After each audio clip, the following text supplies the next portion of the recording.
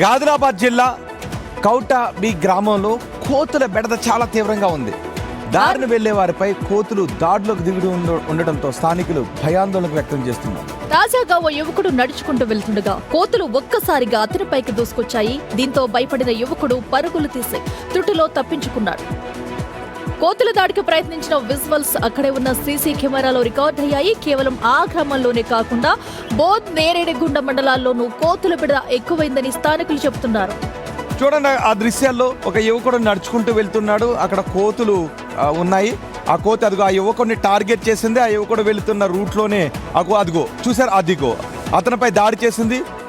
అదిగో అతన్ని వెంబడిస్తుంది, పరుగులు పెట్టిస్తుంది. ఆ యువకుడు పారిపోతున్నాడు.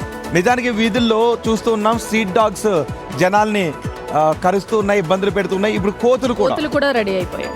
సో అయితే తరచూ కోతుల దాడులకు గురై పలువురు గాయాల పాలై ఆసుపత్రులను ఆశ్రయిస్తున్నారని వాపోతున్నారు. ఇప్పటికైనా అధికారులు స్పందించాలని చెప్పేసి కోరుకుంటున్నారు.